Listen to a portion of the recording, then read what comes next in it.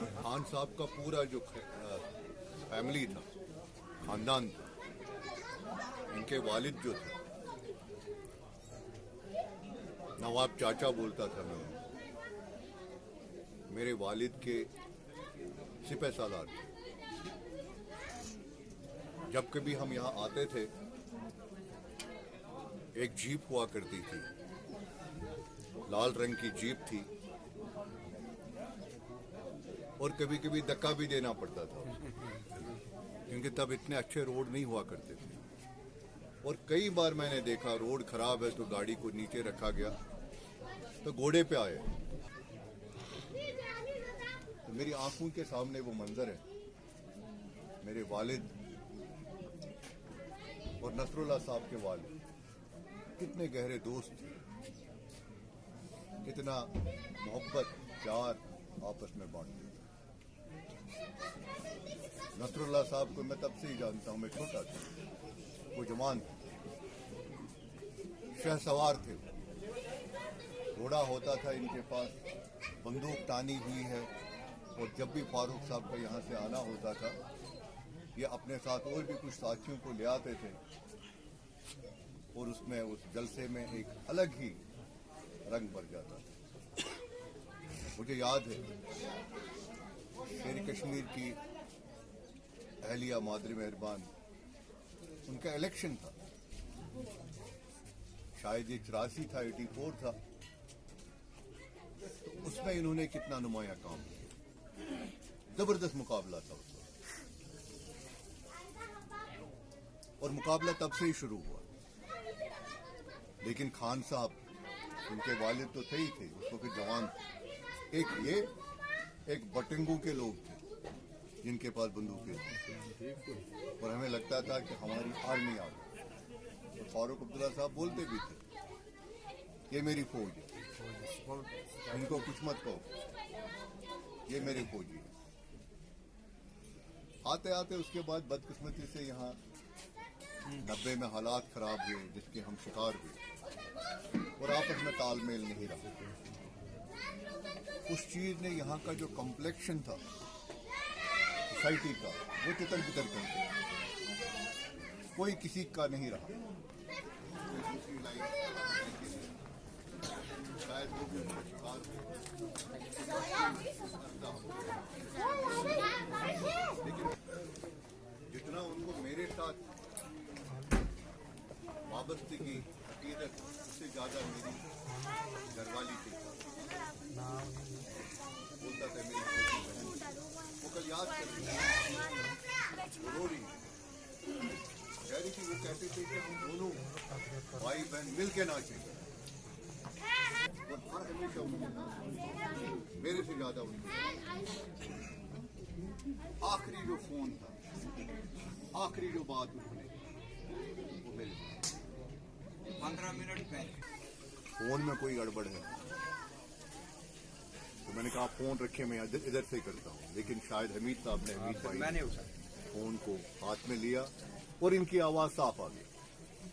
मैंने कहा आप क्या कर रहे हो, आप इसको अस्पताल ले जाओ, इनकी हालत, इनकी आवाज में घबराहट। ये मुझे पूछ रहे कौन से अस्पताल ले जाए, मैंने कहा मेडिकल कॉलेज। तो ये भी घबराए हुए थे, कहते कौन से मेडिकल कॉलेज, अनंतनाग वाले मेडिकल कॉलेज। कहता नहीं जनाब हम वहां पे थे, वहां खातिर खाया इंतजाम नहीं हुआ था हमारा, फिर हम द्रगजन चले गए। द्रगजन मीन सीडी चर्च डिजीज हॉस्पिटल श्रीनगर। तो मैंने कहता हम उधर ही जाएंगे। मैंने कहा ठीक है आप जाएं, वहां पे जाइए, फटाफट निकलिए। कह रहे कि आप किसी को बोले वहां इंतजाम करें। मैं कभी किसी को नहीं बोलता। मैंने उठा के मैंने कंसर्न मिनिस्टर को फोन किया, वहां उसके ओएसडी ने फोन उठाया। मैंने कहा यार मेरा खास भाई है, बीमार है, वो उधर जा रहा है, कहता एडमिट है। मैंने कहा एडमिट नहीं, अब जा रहे। मैंने कहा आप सीडी हॉस्पिटल के मेडिकल सुपरिटेंडेंट हैं और वहां पे उनको तैयार रखें। वो पहुंचे, 1 घंटे में पहुंच जाए, वो निकल रहेगा। तो वहां वेंटिलेटर का इंतजाम रखो, जो भी है। बोला उनको बोलो बस वहां पहुंचे तो आप मुझे इतला दें, या मेरा नंबर दो, वो इतला देंगे। वो वेट कर रहे हैं। मेरे ख्याल में कोई आधा घंटा हुआ, मैं ऊपर से नीचे आया, कपड़े छपड़े लगाए, या 40-45 मिनट। मैं नीचे आया तो बिलाल आया दौड़ के, बोला खान साहब की डेथ हो गई। मैंने कहा कौन से खान साहब की? कहता नसरुल्लाह साहब। चलो काम करो, मैं लोगों के बीच में मशगूल हूँ। अभी तो बात की मेरे साथ, ये तो मेरे दिमाग ने रजिस्ट्री नहीं किया कि खान साहब इतनी जल्दी चले जाएंगे, नसरुल्लाह भाई इतनी जल्दी यहाँ से चले जाएंगे। मैं काम में लग गया। मुझे फिर याद आया, कोई 1 बजे का टाइम था। मैंने फोन किया बिलाल को, मैंने तुम क्या बोल रहे थे? वो नसरुल्लाह साहब की तबीयत खराब थी, क्या हुआ? बेटा उनकी डेथ हुई, वो इस दुनिया से चले गए। मैं क्या बकवास करता हूँ, क्यों तुम बददुआएं दे? पूछो उससे। वो हंसी आ गई। तो मैंने सोचा पता नहीं क्या बोल रहे, क्या ये मतलब आप देखिए, ताज्जुब देखिए, मैं मेरा दिमाग और मैं मान ही नहीं रहा।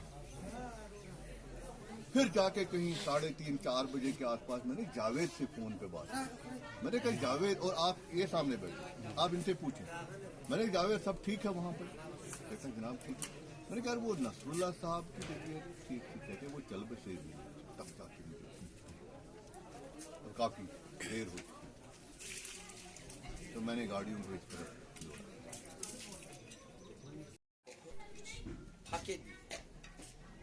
अपने लिए कुछ नहीं मांगता। वो मांगता था सिर्फ कि मेरा गांव होना चाहिए, मेरा रोड होना चाहिए, मेरा पानी होना चाहिए। मैं पानी इस नाड़ों से चढ़ाते